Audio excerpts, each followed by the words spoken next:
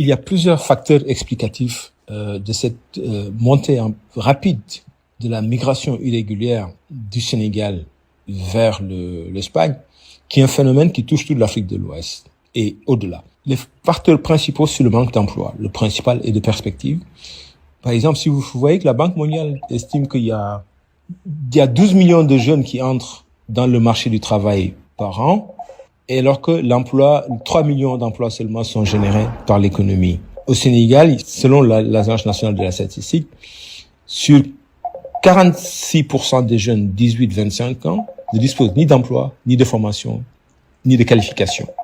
Et donc, le manque d'emploi, la pauvreté qui se généralise, parce que les progrès économiques ne génèrent pas la réduction de la pauvreté, le manque de perspective, en raison des faillites des politiques, quels qu'ils soient, et de leurs discours qui ne sont plus porteurs.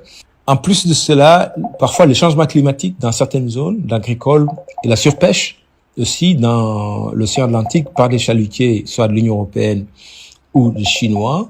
Les causes socio-anthropologiques telles que la volonté d'assumer leur fonction, leur rôle social en tant que jeunes, productifs et qui ont une valeur sociale, posent certains jeunes avec ce concept aussi qu'on appelle le teki, c'est-à-dire cette fonction justement, cette prise de rôle, de satisfaire pas seulement leurs propres besoins, mais celles de leur communauté, de leurs parents, les pousse à prendre tous les risques possibles pour arriver à émigrer à tout prix dans cette zone qu'on croit être une zone d'opportunité qui est l'Europe pour l'instant. Et enfin, l'influence des réseaux sociaux qui donne à voir ce qui se passe dans ce monde globalisé. Et les jeunes, même au village, qui a sa connexion Internet, voient ce qui se passe dans ces États et rêvent aussi de cette vie de pays où il y a la paix, une sécurité et plus ou moins le bien-être, qui est une aspiration légitime. Et enfin, le fait qu'aussi la restriction de l'entrée en Europe, qui est devenue une forteresse, tous ces facteurs combinés font qu'il y ait une pression forte au sein des jeunes de vouloir quitter le pays. Au Sénégal, il y a eu aussi, entre la période 2021-2023, été marquée par une forte tension politique et de contestation de l'opposition qui était réprimée avec la restriction de l'espace public, démocratique, et beaucoup d'arrestations. Donc, ça a aussi été un facteur qui a amené certains jeunes qui sont les fers de lance de la contestation politique à vouloir trouver des endroits plus sûrs, que ça soit l'Europe ou plus tard on a vu les États-Unis qui sont devenus aussi une nouvelle route migratoire irrégulière. Mais enfin, malgré toutes ces causes, s'il n'y avait pas des groupes criminels organisés capables d'organiser ces voyages qui sont en violation du droit international et la souveraineté des États, mais contre les avantages matériels significatifs. Selon les estimations des autorités espagnoles qui ont vu cette année 23 000 arrivées de migrants aux îles Canaries contre 9 000 seulement l'année dernière, soit une augmentation de 126%. La somme totale générée, c'est à peu près 10 milliards qui ont été amassés par les groupes criminels organisés, à savoir 500 € ou 700 € par personne. Vous voyez l'étendue de ce phénomène qui a des conséquences énormes sur le pays, avec des conséquences sur le capital humain qui est perdu, les morts, des personnes blessées, et avec de plus en plus une féminisation et ensuite l'arrivée aussi de jeunes mineurs et même de femmes enceintes dans cette migration irrégulière et qui, en fin de compte, ils dépensent tout cet argent, mais la plupart n'arrivent pas à destination ou sont retournés. Donc c'est une perte aussi pour la communauté. Donc ça aggrave la situation de la pauvreté des communautés qui cherchent effectivement à se sauver de cette situation de pauvreté. Et comment évaluez-vous l'efficacité des initiatives telles que l'Alliance Afrique Avance et le programme Tierra Firme dans la réduction des flux migratoires illégaux? Cette initiative du gouvernement espagnol, c'est au moins une initiative face à ce drame qui semble n'intéresser personne. Si vous vous rendez compte que le Sahel, il y a eu 20 000 morts du terrorisme de 2014 à 2022. À la même période, dans le monde entier, c'était 60 000 personnes qui sont décédées des migrants ou de personnes en situation de mobilité par le Sahel, la Méditerranée, l'Atlantique et d'autres zones du monde. Et ce sujet ne mobilise très peu de personnes ou pas du tout. Sauf en Europe, où la migration, et aux États-Unis et ailleurs dans le monde d'ailleurs, où l'immigration est devenue un sujet politique que certains hommes politiques utilisent soit pour gagner des élections ou pour les perdre. Mais le drame humain, qui est la catastrophe humaine pour moi la plus grave de ces dernières années, c'est ça. Mais ça n'intéresse personne. Et du coup, ça émeut les opinions publiques. Donc le gouvernement espagnol, qu'il faut le dire, c'est actuellement en Europe le gouvernement qui est le plus humain, ou une attitude la moins répressive et la moins négative, si vous voulez, par rapport à la migration, qui voit, qui favorise un traitement encore plus humain, plus respecté des droits de l'homme. Mais enfin, c'est le maillon faible de l'Europe. Et donc, le gouvernement espagnol, actuellement, qui est socialiste, tente une réponse. Alors que, en fait, l'initiative de la réponse devrait venir des États africains même qui sont concernés, dont le capital humain est en train de se détruire, si vous voulez, de se suicider, en quelque sorte, si vous voulez, avec ces initiatives, ces tentatives à tout prix de rallier l'Espagne. Donc, c'est une réponse à la fois qui demande de l'opinion publique, qui face à ce phénomène qui les dépasse, qui dépasse l'Europe, dépasse l'Afrique, qui dépasse les États et les hommes politiques, tente une réponse, mais c'est une réponse qui est holistique. Il ne s'adresse pas seulement à lutter contre le trafic illicite ou à réguler la migration, mais il a une perspective en disant, en fait, il faut attaquer les causes profondes qui est le mal développement et le manque d'investissement productif et la génération d'emplois dans le pays. Autrement dit, une bonne gouvernance économique et politique. Donc, cette initiative comprend à la fois la promotion des investissements productifs, génératifs d'emplois, que ça soit dans les infrastructures, le télécom, l'agriculture, la formation professionnelle, le tourisme. Et en même temps, la partie sénégalaise, ce sera de toujours coopérer avec les Espagnols pour la régulation et la lutte contre la migration, le trafic illicite des migrants, mais en même temps d'offrir des alternatives, si vous voulez, à la migration irrégulière, avec une migration régulée, contrôlée, ce qu'il propose la migration circulaire, c'est-à-dire la possibilité, en fonction de la demande du marché de l'emploi en Espagne, qui a besoin de cette main-d'œuvre non qualifiée africaine. Et de trouver des moyens de pouvoir, à un moment donné, en fonction des demandes, se rendre en Espagne, occuper des fonctions, avoir un emploi, et à la fin du contrat revenir au Sénégal et que ça soit renouvelable plusieurs années, ce qui permet aux jeunes d'aller gagner de l'argent, acquérir une formation professionnelle, mais de revenir au pays et comme alternative à la migration irrégulière à tout prix. Mais ce sera une goutte d'eau dans la mare. Ça, c'est juste l'approche espagnole. Mais la demande est tellement forte, une seule intervention de l'Espagne ne pourra pas suffire. La demande en investissement qu'il faudra, avec des entreprises viables, avec des emplois durables, ça demande plus que ça. Je crois qu'il faut une réponse qui serait porteuse. Ce serait à la fois des grands investissements de l'ensemble des pays de l'Union européenne, mais vous voyez que les États ont toujours une approche nationale, égoïste. Chacun va essayer de régler ses problèmes à soi, en répondant aussi à son opinion publique, ce qui fait que, pour moi, ça peut endiguer de manière momentanée, en donnant l'espoir qu'il y a des possibilités de se rendre en Espagne de manière régulière et ordonnée, mais globalement, dans le long terme, ça va pas résoudre le problème, parce qu'avec la perspective, moi qui observe de ce problème depuis 20 ans, j'ai vu que, au bout de 20 ans, malgré la répression, toutes les promesses, la situation ne s'est pas améliorée, au contraire, elle s'est aggravée.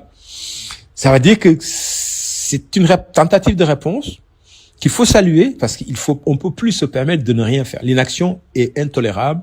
C'est une approche qui est globale, mais j'ai l'impression que ce sera pas suffisant, tellement la demande elle est forte, surtout que d'un seul pays, ça va pas suffire. Il faudra plus que ça, des investissements plus massifs de plusieurs pays. Et en plus, le travail principal pour moi, ça incombe aux États africains de créer dans leur pays des conditions dignes de leurs citoyens, surtout en utilisant les énormes ressources et potentialités dont ces pays africains regorgent. Il leur suffit de la bonne gouvernance, la fin du gaspillage et de la corruption, népotisme et du détournement des deniers publics avec des politiques cohérentes et qui sont capables de générer des emplois. Et quels défis majeurs les gouvernements ouest-africains et l'Espagne doivent-ils surmonter pour garantir le succès des accords bilatéraux visant à réguler la migration circulaire? Il se posera de grands défis. Le principal défi, ce sera la transparence dans la gestion la sélection des candidats à la migration circulaire. Cette expérience n'est pas nouvelle. Elle a été tentée au Maroc. Ça a réussi plus ou moins. Ça a été tenté au Sénégal déjà en 2007-2008 avec la première vague de migration Barcelone-Barzac, le phénomène de voir Barcelone ou la mort avec les pirogues. Mais comme tous les échecs des initiatives en Afrique, le mal c'est le même, la politisation. Il y a eu des candidats qui ont été choisis. Par exemple, on cherche des travailleurs agricoles. On choisit des militants de partis politiques qui n'ont rien à voir avec l'agriculture. Donc, dès qu'ils sont arrivés en Espagne, il y en a beaucoup qui sont, je sais pas, compétents ou tout de suite ont disparu dans la nature. Maintenant, si le programme est géré de manière rigoureuse et transparente, c'est-à-dire qu'on choisit des personnes, des jeunes qui sont du milieu agricole, qui ont une formation agricole, qui ont un projet agricole dans leur pays, qui peuvent aller acquérir des compétences là-bas, améliorer les compétences, travailler, aussi revenir et avoir des projets dans le secteur agricole, par exemple. Si c'est dans la restauration ou le bâtiment aussi, la même chose. Donc, avec la perspective d'acquérir des compétences, d'améliorer leurs compétences, avec des projets de venir travailler soit dans des entreprises individuelles ou collectives. Je crois que ça, c'est le grand défi, le choix des individus et pour pouvoir la pérenniser aussi et convaincre des jeunes, surtout les premières expériences sont très importantes du côté espagnol, que ces jeunes qui vont croire à leur pays aussi. Et alors que tous, en plus, c'est un fantasme d'aller tous en Europe. Qu'est-ce qu'ils vont faire là-bas, surtout ceux qui n'ont pas d'emploi? Traîner dans la rue, avoir une vie de misère. La plupart, c'est des échecs. Si on n'a pas de formation professionnelle au Sénégal, on peut même pas trouver du travail. Est-ce qu'on va trouver ça en Europe? C'est une illusion et un rêve. Alors que s'ils ont la formation professionnelle et qu'ils ont un projet professionnel et croient à leur pays, ils peuvent aller. Ça se fait avec le Maroc où ça marche plus ou moins chaque année dans le domaine agricole. Ça se passe. Quelles autres solutions envisagez-vous pour renforcer la coopération internationale afin de proposer des alternatives viables à la migration clandestine tout en respectant les droits des migrants et en assurant le développement local? La question de la coopération internationale face à ce problème est au cœur de cette problématique.